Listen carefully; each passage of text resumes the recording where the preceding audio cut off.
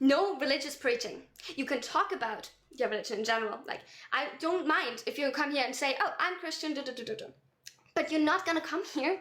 We don't fear Satan. And you're not gonna come to my live stream and going to force your religion down other people's throat. That's not gonna happen, okay? You're welcome here as Christians. You're also welcome to say that you're Christians. You're also welcome to bring your beliefs into this into this discussion, into this I don't want to call it a discussion, but into this conversation. I don't mind that. Be respectful. Do not force people to to comply to your belief. I don't believe in your holy book. Therefore, if you tell me, but my holy book said that, it has no effect on me. You're making every other Christian look bad. Just gonna say that. What does a samurai identify as? Okay, that's funny. But yeah, no. I completely lost my train of thought. Don't force people into what you believe. Exactly. See, autonomy, freedom of decision, freedom of religion is incredibly important. That's why I will never object you to believe in whatever you want to believe in. But it also includes that you have to respect what I believe in, even if that's nothing. Thank you so much, Mana. I cannot speak Indonesian, so yeah. But yeah, what I was saying, it's really interesting if we even consider Daesh's. At first, it looks like it's not very evolutionary favorable. Thank you. Because simply by essentially saying that we have like a dioecious species, so for reproductive purposes, having two sexes, we are eliminating 50% of potential partners in a population, right? And that doesn't seem favorable at first, but there's actually a reason for that, and that's so cool. Wait, I would rather say that religion is a social construct, but gender is not. Both of which are social constructs. It's gonna blow your mind, but multiple things can be social constructs. And the thing is, just because something is a social construct doesn't mean that it doesn't have real life, real world effects. That the fact that money has value is a social construct. Rules on how to, like traffic laws and rules are social constructs. Laws are social constructs. Democracy is a social construct. That doesn't mean that these do not have real life effect, but it does mean that they are shaped, defined, and produced by a society in the first place. And that is just a fact. And the way you can see that, for example, is if we try to define specific gender categories, you will very quickly see that it is impossible. It is literally impossible, because even if we just look at different cultures currently present, not even throughout history, but just at this very moment, the idea of what is a woman, what is feminine, will be very different in one country than another. And that's the thing. Social constructs, and yes, gender is included with that, are always defined by the society they're currently existing in. That makes them changeable. That makes them not the same as a scientific fact.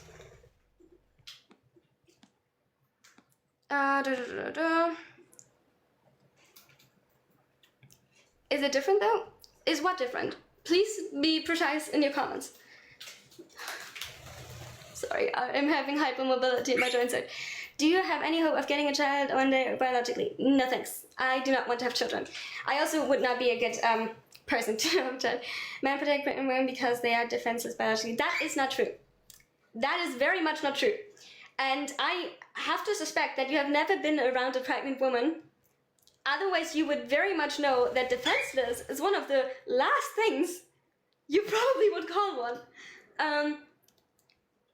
And also, not all women can get pregnant. A woman could be equally as much protected by another woman who isn't pregnant.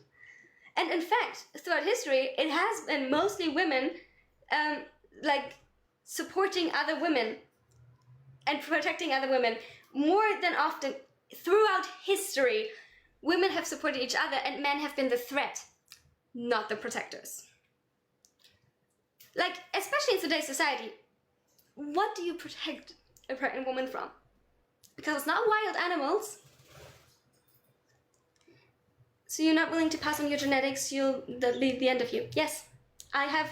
Why would I be invested in passing on my genetics? Not to mention that my specific genetics are pretty shit. Look, I love myself, but I'm disabled, I'm chronically ill, and I would not wish my suffering on other people. Especially not an innocent child.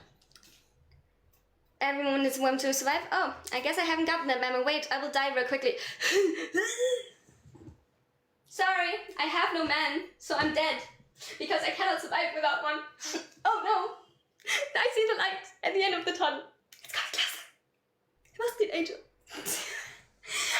That is so obviously not true.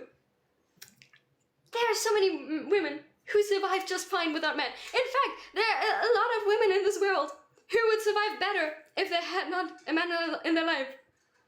This is nothing against men, but when you're saying every woman needs a man to, that's so easy to disprove. And I don't think you really thought this through, especially because when you look at like statistics, there are a lot of women that have been murdered by men. That's not, again, many people will hear this and think that I'm saying, oh, men are dangerous. That's not what I'm saying. But I'm saying, if you are telling me every woman needs a man to survive, and then I look at the news and every other day a woman gets murdered. In Germany, currently, it's every second day a woman gets murdered by their partner or husband. Then I'm very confused how you could come to that conclusion. Hi, welcome back. It's been an interesting few minutes. There are single moms that are doing better than with men. Yeah, and the thing is, I don't want this to escalate into a discussion with, men are dangerous, or this is a feminist issue. That's not what I'm talking about. I'm just showing why the statement, every woman needs men to survive, is obviously untrue. And in some not rare cases, sadly, the opposite is the case. You were given a chance to live by your parents, so did they do a mistake? No, that's not what I'm saying.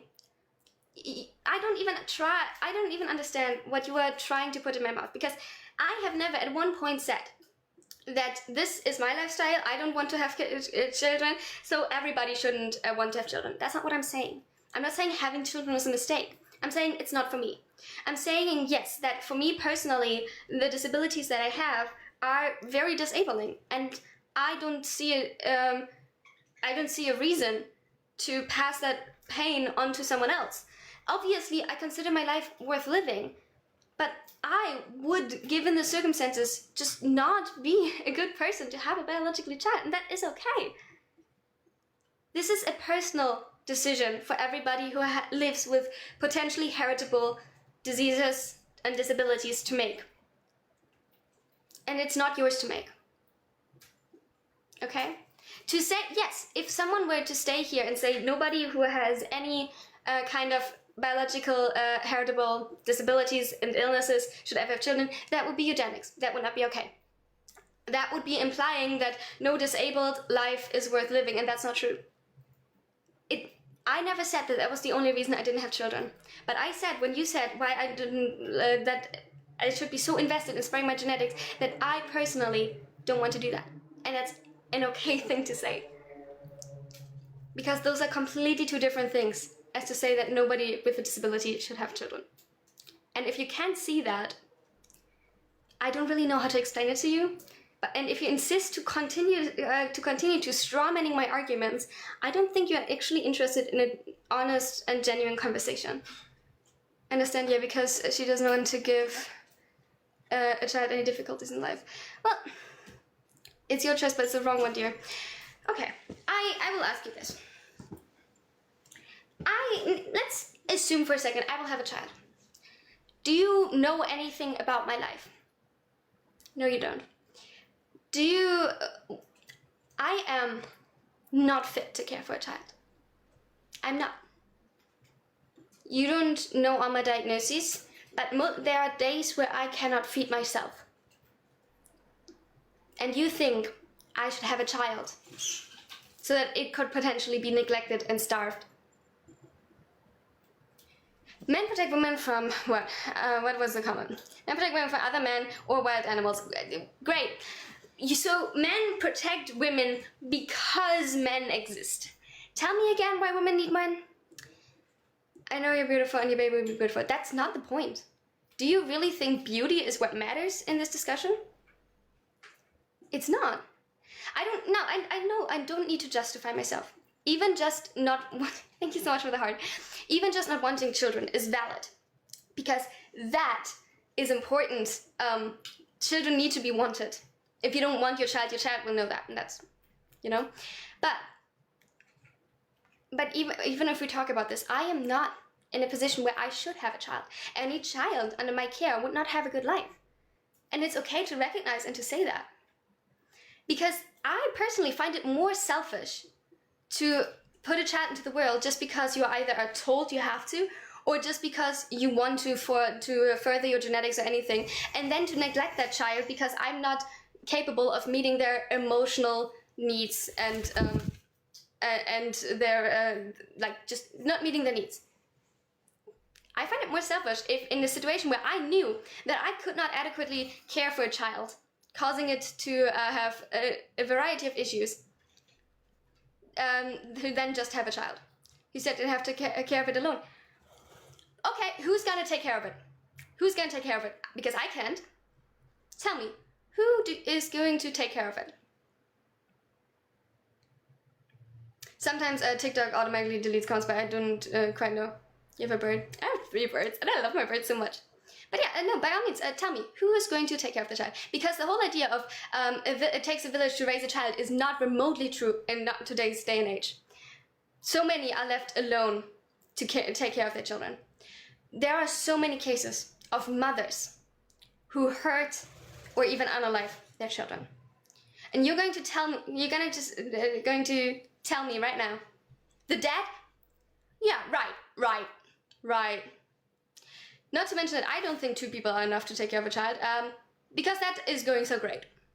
Ask so many mothers if the dad adequately helps with the children. I don't have a partner. I don't want a partner. I don't want a child. That is alone. That is enough. That alone is enough. I don't have to give you an explanation, but I'm telling you right now that any child under my care would not have a good life if I have only one person to support me. I am not fit to care for a child, and that's okay to recognize. Some people are not fit to care for children.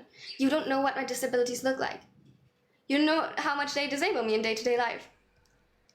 And it's wild to me that you think everybody who's capable should just pop out children, regardless of how if these children afterwards will end up neglected or hurt. Mom was thinking, and that's great.